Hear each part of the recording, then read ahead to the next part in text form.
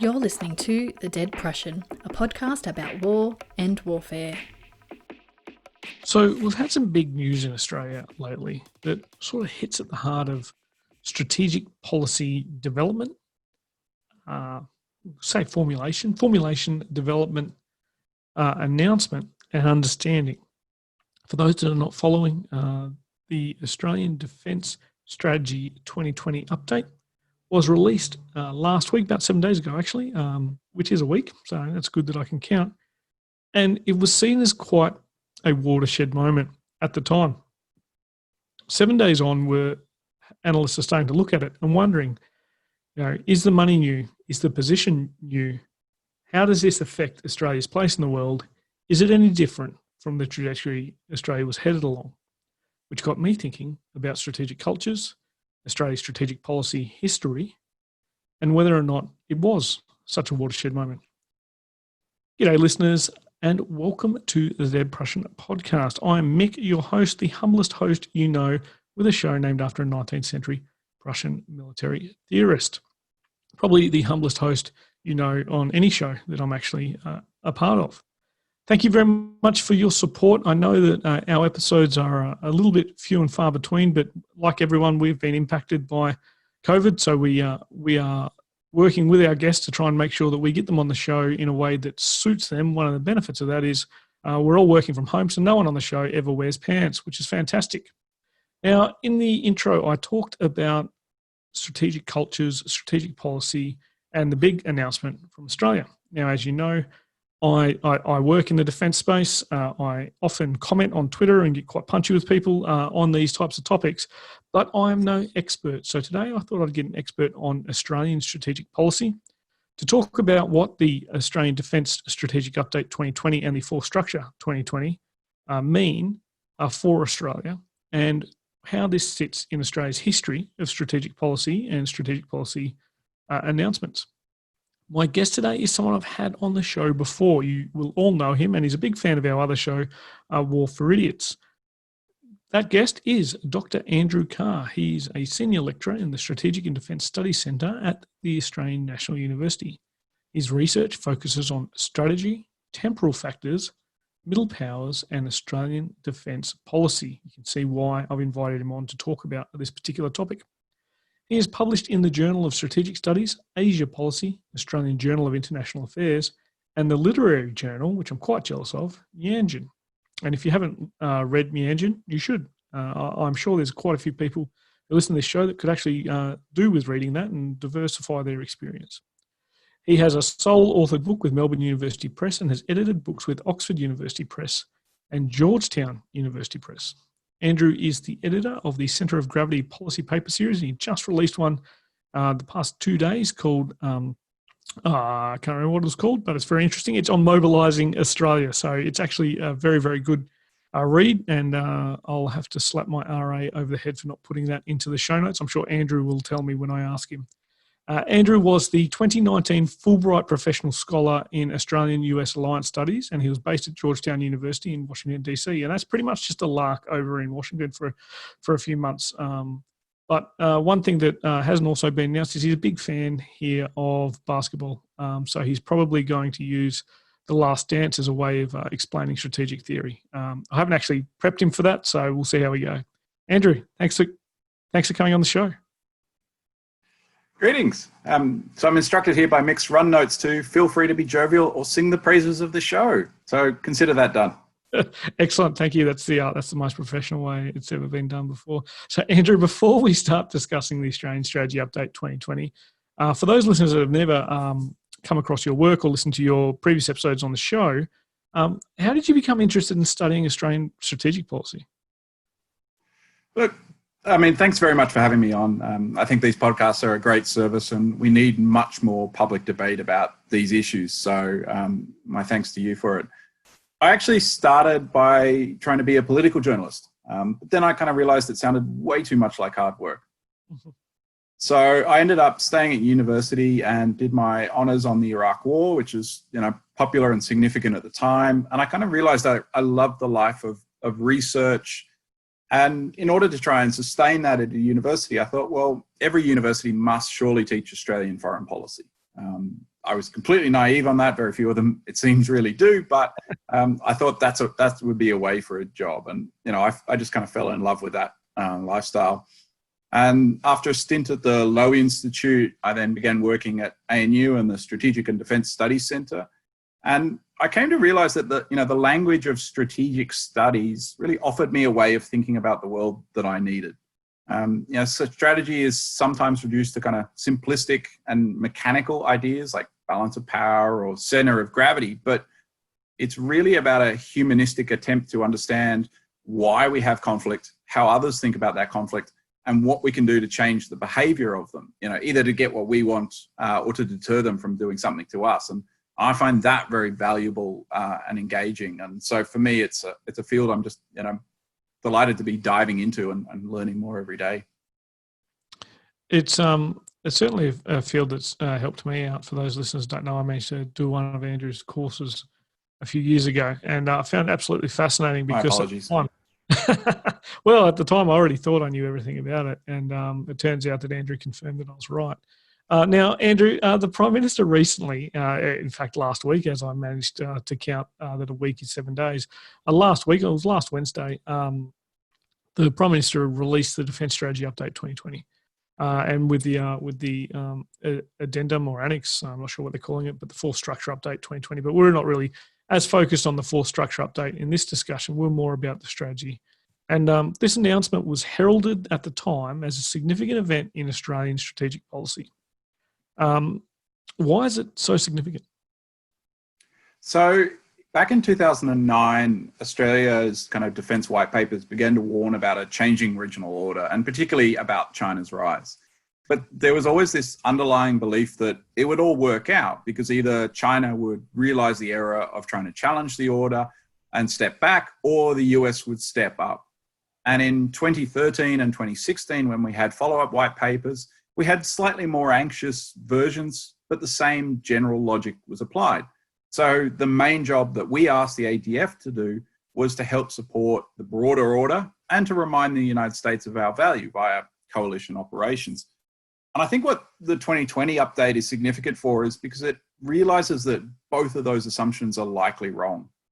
So while the basic structure of the force is largely similar, and we're certainly not reducing the importance of the ANZUS alliance, what we seem to have changed is the logic of how we think we're going to achieve our own security, much more on our own and much more focused on our own region. So I see this document really as a marker of the changes to come as we try and flesh out the logic of this view. How do you actually attempt to deter a much larger state, and what kind of forces you might need to do that? And that's still debates that have to happen and big choices that have to be made. But this document says we realize we have to start changing and moving in a very different direction strategically. And that's incredibly important. And it was a very public announcement. I mean, the way communication happens these days, you can have an amateur bloke doing a podcast, you can have people going live on social media all the time. So in the way this update is a significant shift, is it a significant shift in how Australia develops and announces its strategic policy? Well, for most of the 20th century, certainly the second half after the Second World War, we used to make our strategic policy via classified strategic basis papers written by both military and civilians for government to consider.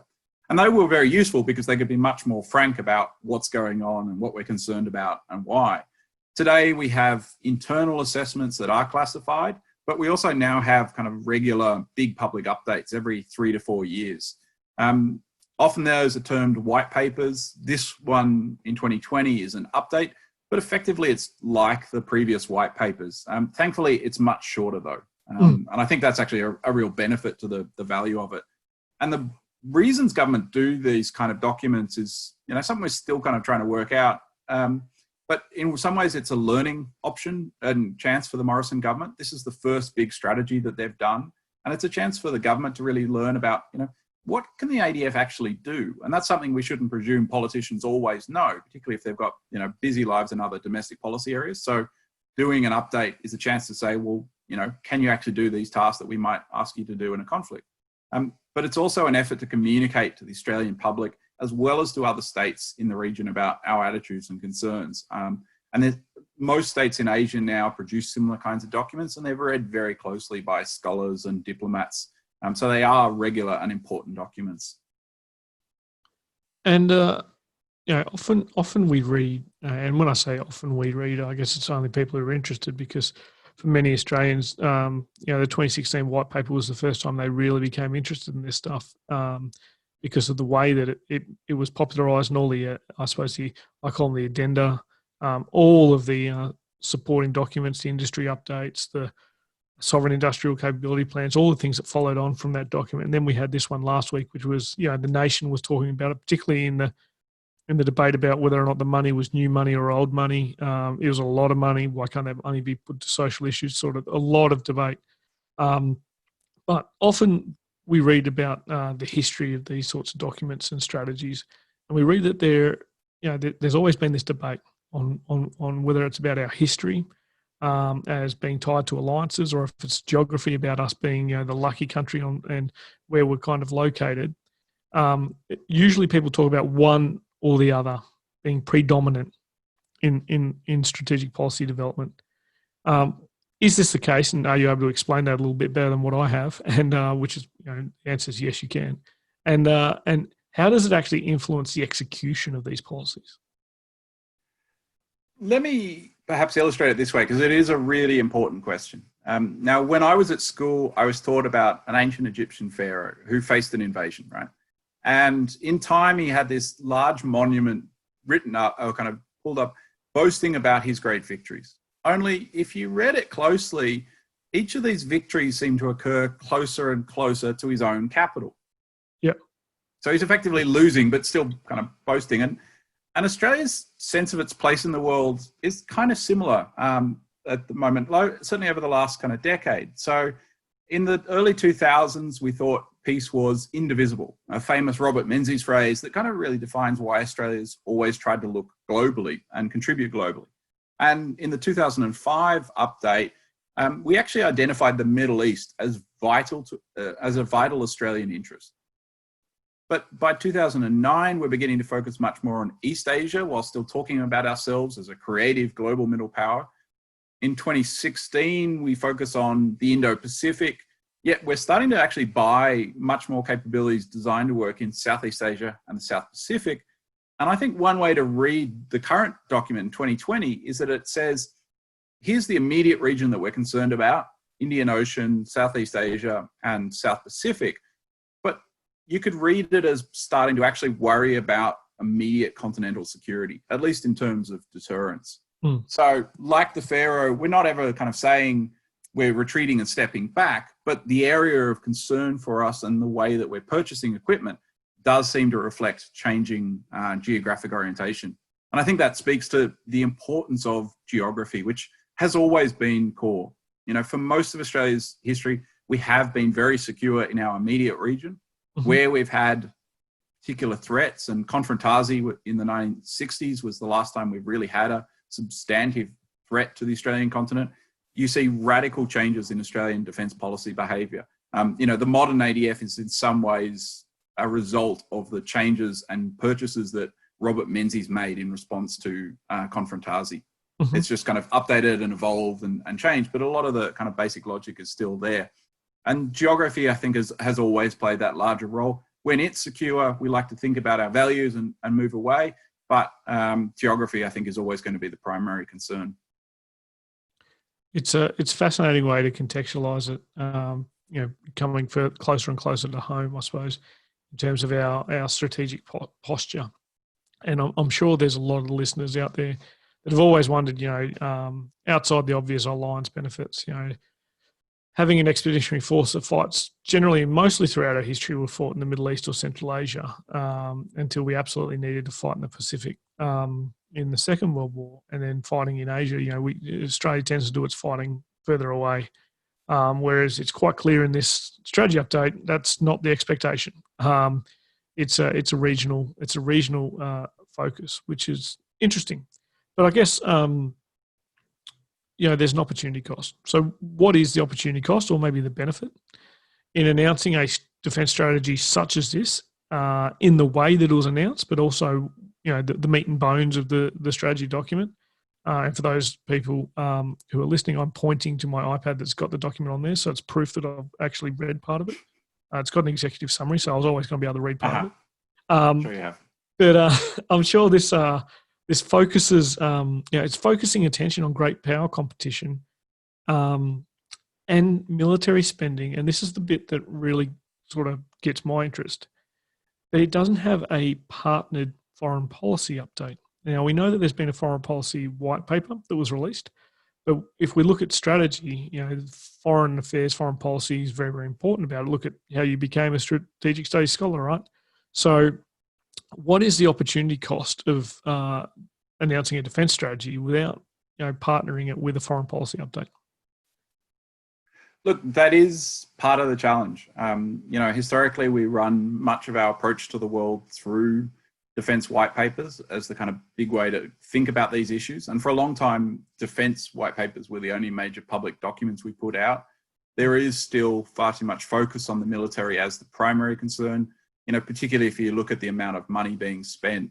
DFAT is now at kind of historic lows in terms of budgets. And that's something that, I know many members of the military and former members who say that needs to change if we're to be really serious about this. So we still far too much view it through a defence lens, and that's a problem.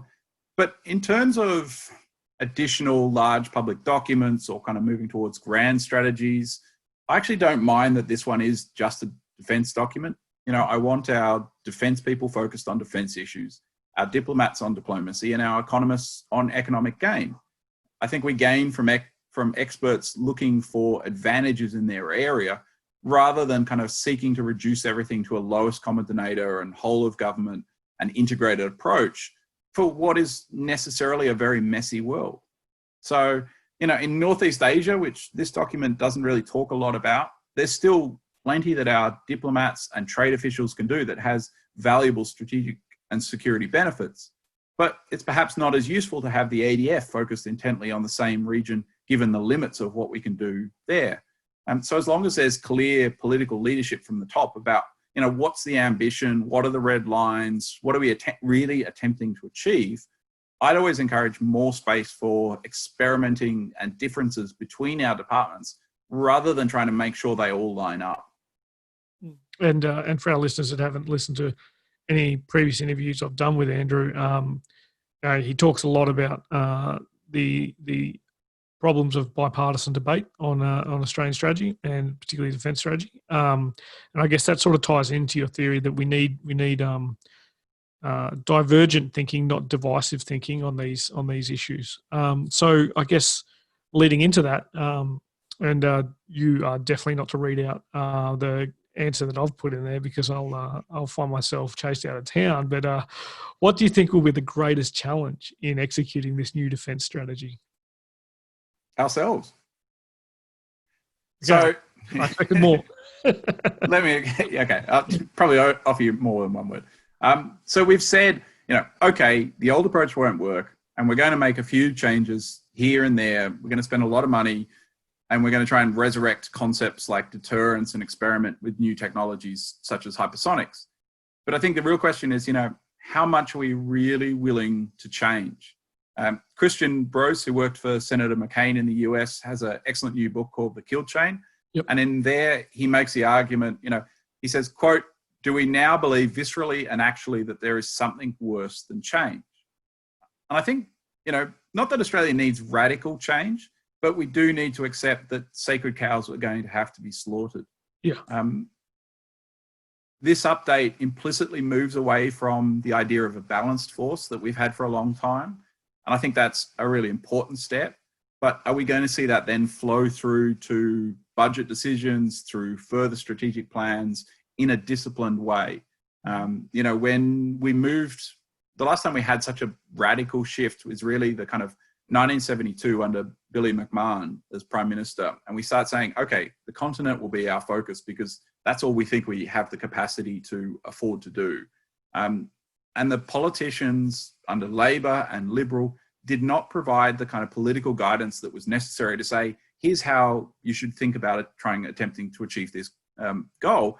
And it launched what's been described as a civil war in defence. everyone argued their section, their approach was the right way to achieve these extraordinarily broad goals. And the politicians didn't do enough to kind of adjudicate and drive that. And so it really took us, 15 years to get a coherent defense strategy once that goal had been set. Now, I'm much more positive this time, but, will our military get the specific and kind of direct guidance that they require? Will they accept the costs and intrusions? And perhaps the final part is so much of whether Australia is secure or not is going to depend on things beyond our control, what China and the US do, and when they do it, the timing of this.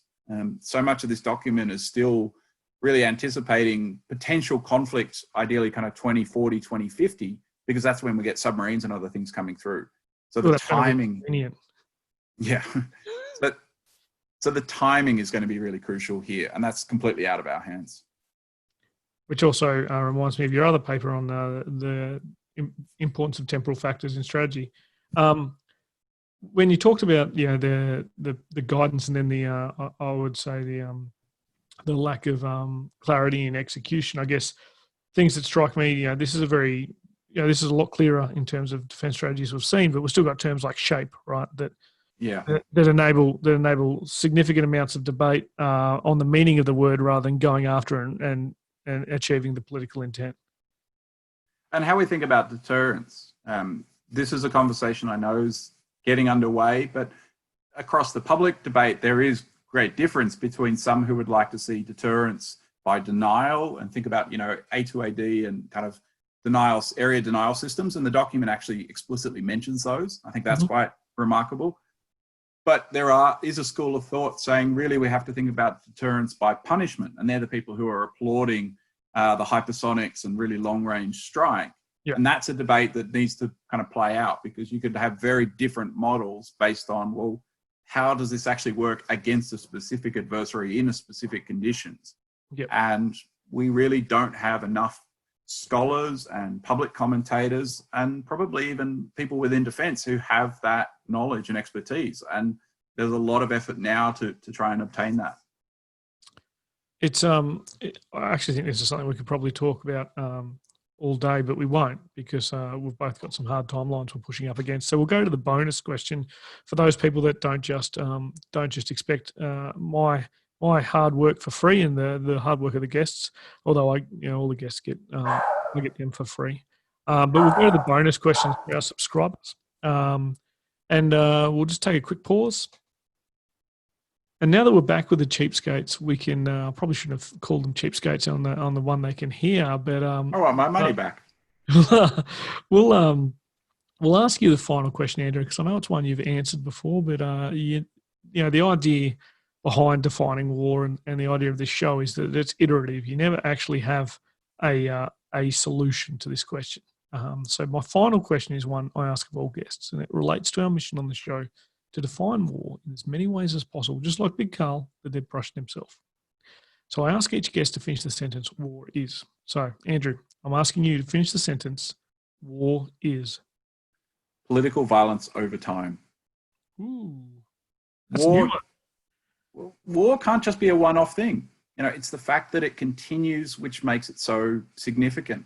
And one of the big things I study is how time is a domain of war. And until we get a better reckoning with the role of time, how we get to the right tempo, how to use the temporal domain to our benefit, how we can think in time, such as mobilization, how our ideas around speed kind of downplay the value of time, I think we're going to really struggle to understand war itself. It's fascinating. It's an interesting one. I spent 8 weeks working with an army course of junior officers, young lieutenants, on their first employment course, and we spent 8 weeks defining war. So I tell you what, they were sick of me by the end of the workshops, right?